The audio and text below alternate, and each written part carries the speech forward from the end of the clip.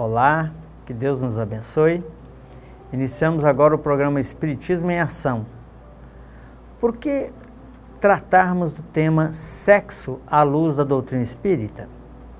No programa de hoje, iremos falar sobre uma obra de grandiosa importância da literatura espírita, visto que elucida muitas questões em torno do sexo, assunto que iremos falar hoje e que interessa a toda a humanidade.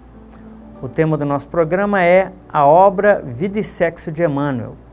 Para conversarmos, nós convidamos o nosso amigo Geraldo Júnior, do Instituto de Esclarecimento e Família, do Centro Espírita Irmão Áureo. Seja bem-vindo, Geraldo Júnior. Obrigado, Renato. Para nós é uma alegria estarmos aqui para novamente tratar de um tema importante à luz da doutrina espírita. Nós pedimos a Jesus que nos inspire, porque tamanha é a responsabilidade de falarmos acerca do tema sexo. E nós não podemos falar, muitas vezes, aquilo que nós achamos que é.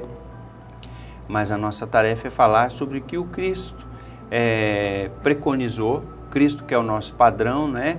E o que a doutrina espírita, através dessa obra de Emmanuel, Vida e Sexo, nos orienta a respeito deste assunto tão importante para a nossa sociedade, mas ao mesmo tempo tão polêmica e palco de tantas controvérsias. Para mim é uma alegria poder tratar aqui deste tema.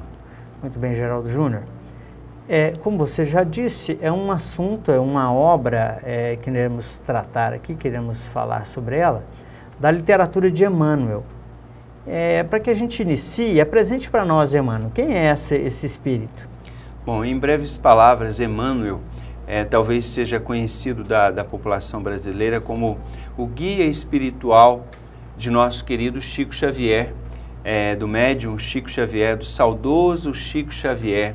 E Emmanuel apareceu para ele pela primeira vez no ano de 1931, num momento de grande dor para o Chico, quando ele passava por grave moléstia das vistas.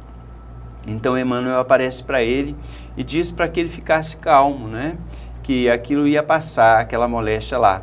Embora nós sabemos que durante toda a existência o Chico trouxe problema de visão. No decorrer do tempo, Emmanuel se revela e nos apresenta algumas de suas reencarnações anteriores, a primeira das quais nós temos notícia, aliás a segunda, né? Narrada no livro Há 2000 anos, quando Emmanuel narra a época em que foi o senador orgulhoso Públio Lentulus, e no início do livro Emmanuel narra também a lembrança que ele tinha de uma vida anterior, quando foi o seu bisavô Públio Lentulus Sura, e que havia feito muita maldade. No passado 50 anos, Emmanuel volta a renascer na personalidade de Nestório, o escravo Nestório, em que de certa forma ele espiou a reencarnação de vaidoso Patrício Romano.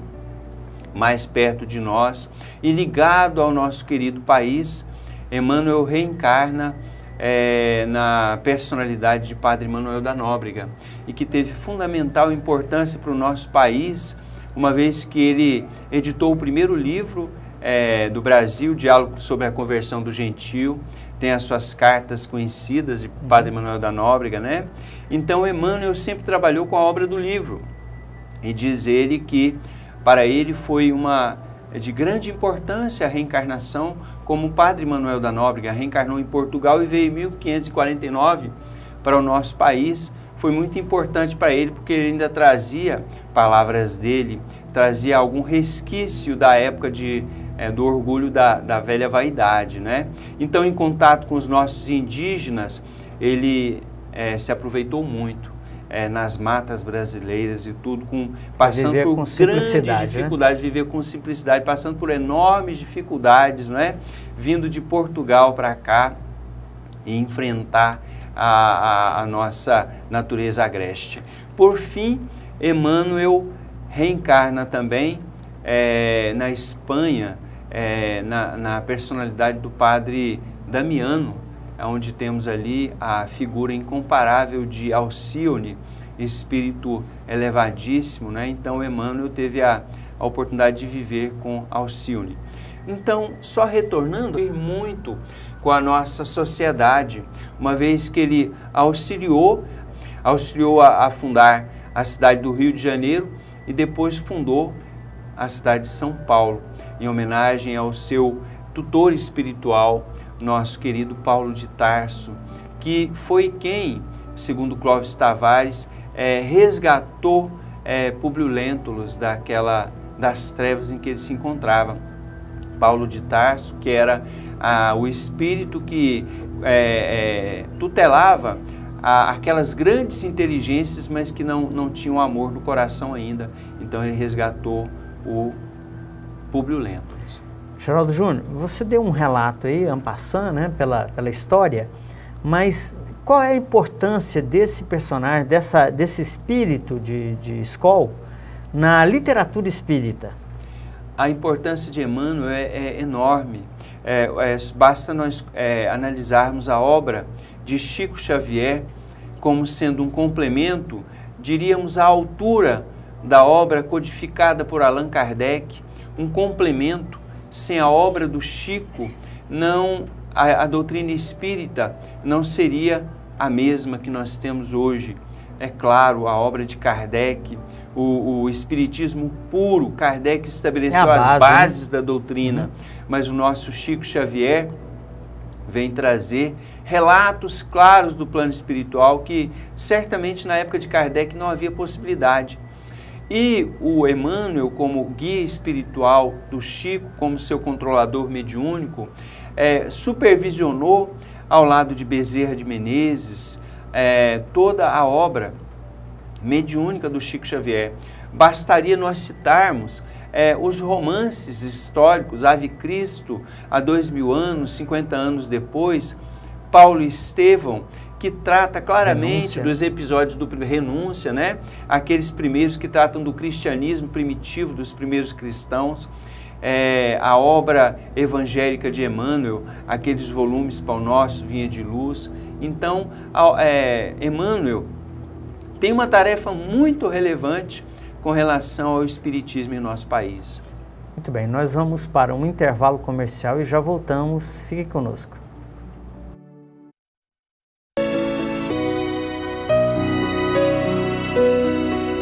Não estão vinculados obrigatoriamente à vida de hoje.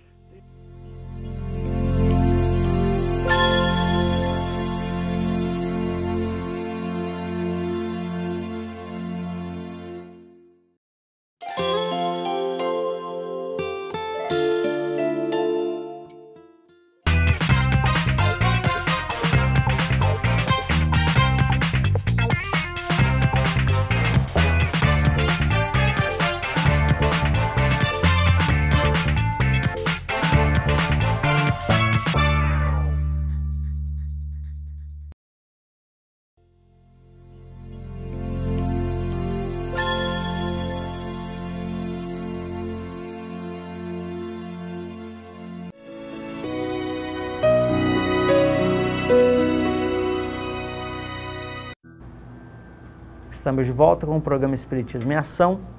Hoje nós estamos conversando com o nosso amigo Geraldo Júnior, falando sobre o livro Vida e Sexo. Geraldo Júnior, neste livro, Emmanuel trata sobre problemas em torno do sexo, bem como das consequências boas e ruins decorridas das relações que estabelecemos uns com os outros. Por que tratar do tema sexo à luz do espiritismo ou da doutrina espírita? Bom, não existe tema que não seja digno de ser tratado à luz do espiritismo, uma vez que lá no Evangelho Kardec nos diz ser o espiritismo a chave com o auxílio da qual tudo se explica de modo fácil. No que diz respeito ao problema sexo, nós estamos diante de uma faculdade divina. O sexo é faculdade de origem divina, faculdade pura, e é uma das nossas mais fortes faculdades. Um dos maiores impulsos que caracteriza o homem é no campo do sexo. Então, a doutrina espírita, como agir diante da faculdade sexual? O que ocorre comigo no campo do sexo, as minhas vontades, da maneira às vezes até de forma a desafogar o nosso instinto sexual, é o instinto humano, mas nós, por necessidade, nos dar vazão às energias sexuais. Então, de qualquer forma, né, Geraldo? De qualquer forma, não, o sexo tem que ser usado com responsabilidade. Então, é um tema muito pertinente a fim de que nós nos orientemos a respeito de como agir diante das falhas alheias, diante das nossas conflitos, das nossas dificuldades íntimas. Sem falar na enormidade de problemas, de doenças, de traumas psicológicos, né? Que esse convívio social e o relacionamento amoroso, afetivo, e que acaba levando à atividade sexual, traz para o cidadão, né? Então é de relevância, é de importância a gente falar sobre um assunto desse, porque seguramente tem muita dúvida acerca, né, que pode ser esclarecido à luz do Espiritismo, que trata do indivíduo como o Espírito eterno. Né? Isso, inclusive Emmanuel, no livro que nós estamos aqui comentando, Vida e Sexo, e André Luiz no livro No Mundo Maior, falam que o sexo irresponsável, o sexo pervertido, ele mata tanto ou mais do que as guerras que já flagelaram a humanidade. O sexo, o amor passional, ele tem matado, ele tem levado à loucura, ele tem destruído lares, ele tem levado criaturas ao suicídio, às maiores perversões, ao homicídio, à loucura, enfim. Então, é um tema que é uma necessidade nós comentarmos à luz do Espiritismo para saber como lidar, como ajudar a nossa sociedade tão sofrida em termos de sexo, como auxiliar o próximo e como nos ajudar diante dos conflitos desta ordem. Muito bem, Geraldo Júnior. De acordo com Emmanuel, o que é energia sexual? Energia sexual é faculdade divina que todo homem, toda mulher, todo o ser criado possui. É aquela energia baseada no magnetismo. Finalidades da energia sexual. Qual a finalidade do sexo? Primeiro, naturalmente, ele não seria atraído para a mulher. E sem a relação sexual, a nossa humanidade, talvez aí sendo muito otimista, com o espaço de tempo de 100 anos, não haveria população no planeta. Para nós entendermos a importância que é a o energia sexo, sexual. A energia sexual para a humanidade. E também ela tem como finalidade propiciar o alimento entre as almas, a troca, a permuta de vibrações entre o marido e a mulher, entre criaturas responsáveis. Quando o sexo é exercido com responsabilidade, há uma permuta de vibração, em que o indivíduo se sente alimentado, revigorado para as lutas da terra, né? Seja homem, seja mulher.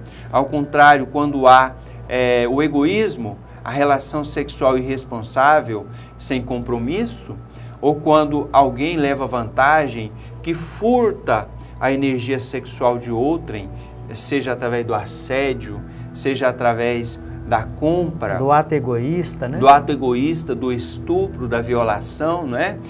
Você está roubando energias do outro e você está também carreando para si, quando assim age, irresponsavelmente, tormentos indescritíveis que as obras espíritas, alguns livros da literatura, trazem informações do estado lastimável da criatura que abusa da energia do sexo.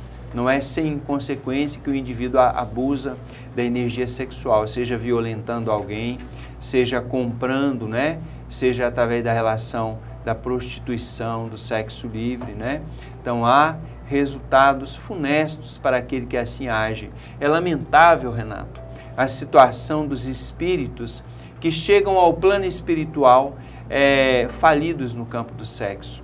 E uma falência no campo do sexo determina um estado mental de alienação tão grande que o indivíduo acaba falindo em outros campos. Faliu no campo do sexo, eventualmente traindo a mulher, procurando uma relação ilícita ou de outra forma falindo nesse campo, a pessoa acaba falindo no campo do casamento, acaba afetando o trabalho, afeta no campo da religião, enfim, é a falência do companheiro que se equivoca.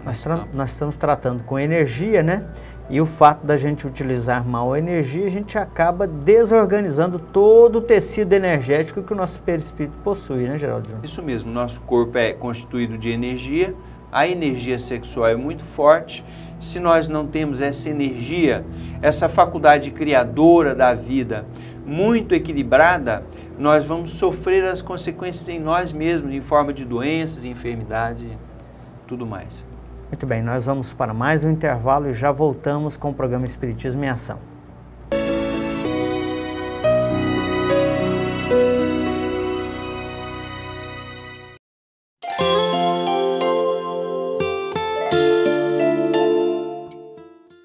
O Espiritismo vem trazer uma nova luz, mostrando que todos nós temos responsabilidade pelos nossos atos, inclusive justificando e esclarecendo que o momento das dores, do sofrimento, não estão vinculados obrigatoriamente à vida de hoje.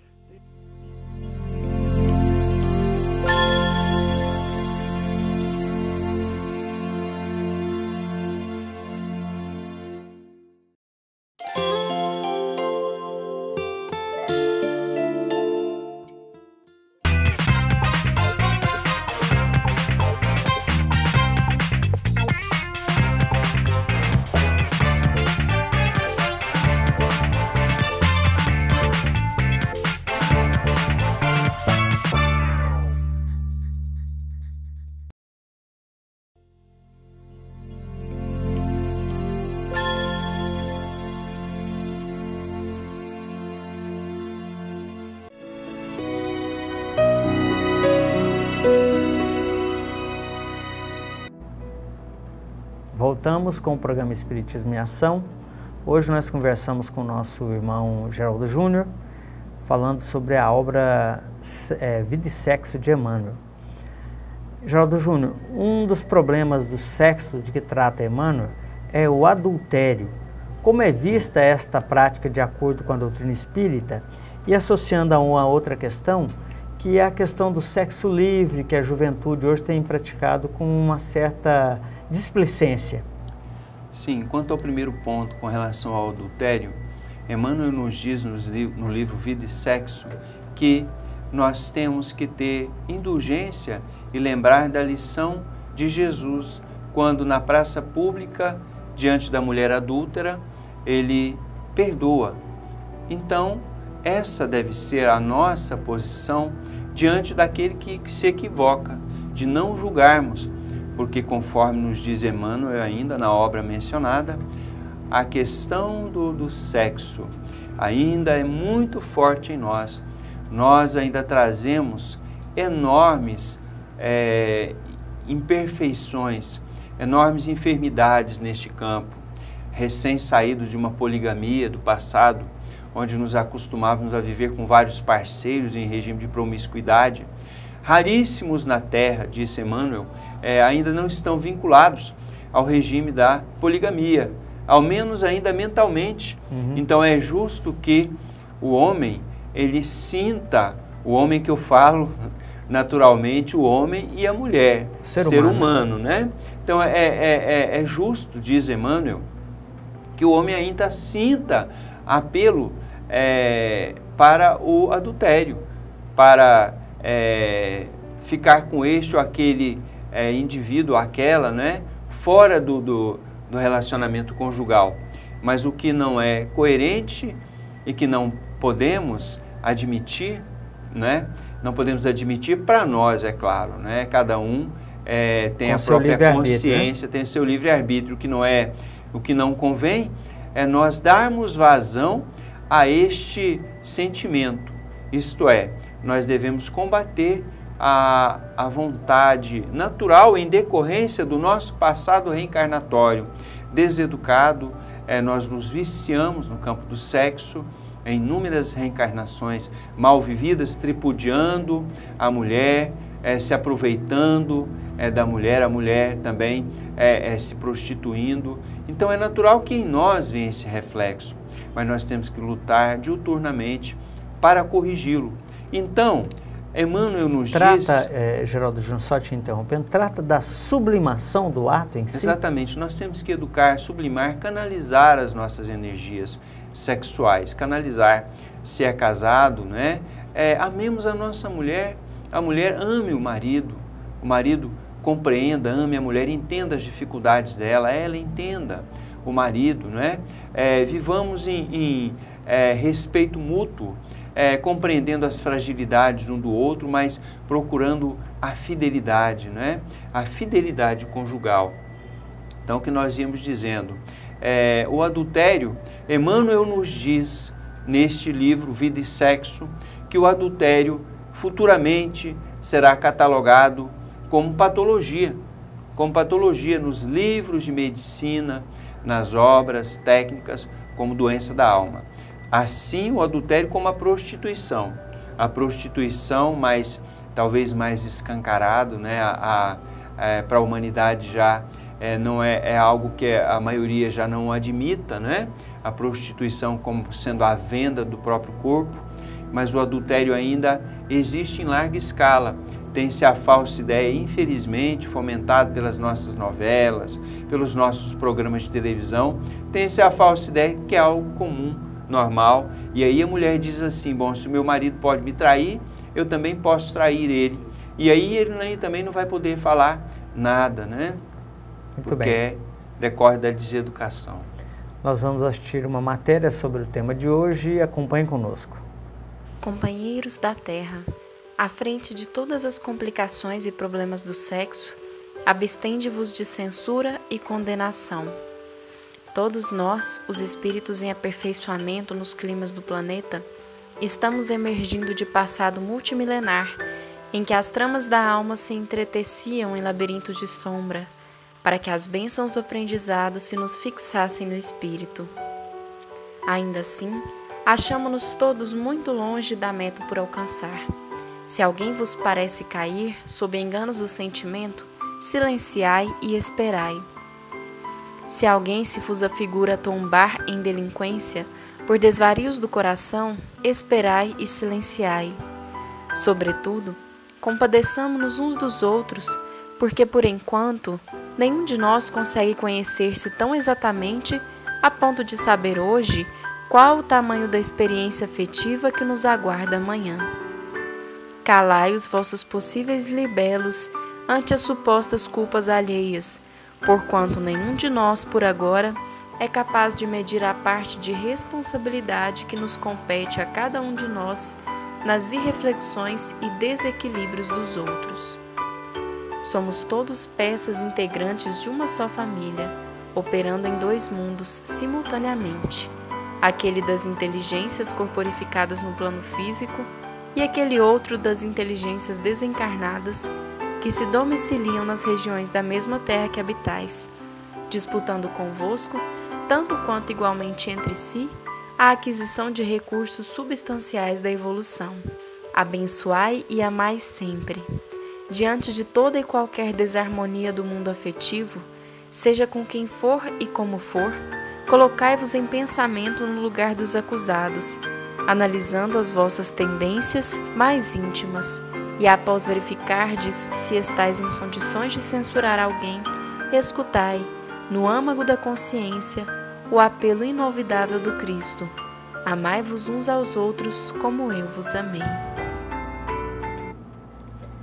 Geraldo Júnior, finalizando a nossa conversa, como a humanidade poderá se ajustar neste contexto de atividade sexual? Como que isso pode alavancar a humanidade para o progresso? Bom, nós queríamos aproveitar o gancho dessa reportagem que foi veiculada antes, né, desta pequena matéria, e lembrar nosso querido Chico Xavier, quando sempre falava que o remédio para a humanidade, para todas as chagas da humanidade, é o amai-vos uns aos outros, é amar o próximo, é quando nós, eventualmente, quisermos dar vazão às nossas tendências, o homem pensar naquela mulher como sendo a sua irmã, como sendo a sua mãe, fazer o exercício de empatia como sendo uma filha, uma irmã. E queremos ler um pequeno trecho de uma mensagem de Emmanuel do próprio livro Vida e Sexo. Ele diz assim: em torno do sexo, será justo sintetizarmos todas as digressões nas normas seguintes: não proibição, mas educação; não abstinência imposta, mas emprego digno com o devido respeito aos outros e a si mesmo; não indisciplina, mas controle; não impulso livre, mas responsabilidade. Fora disso, é teorizar simplesmente, para depois aprender ou reaprender com a experiência. E podemos acrescentar, com a dor e com o sofrimento. Caro telespectador, se você quiser mais informações sobre as atividades da Casa Espírita, acesse o site ocentroespírita.com. Agradecemos a presença aqui do Geraldo Júnior conosco e ficamos por aqui com o programa Espiritismo em Ação. Que a paz de Jesus permaneça em nossos corações.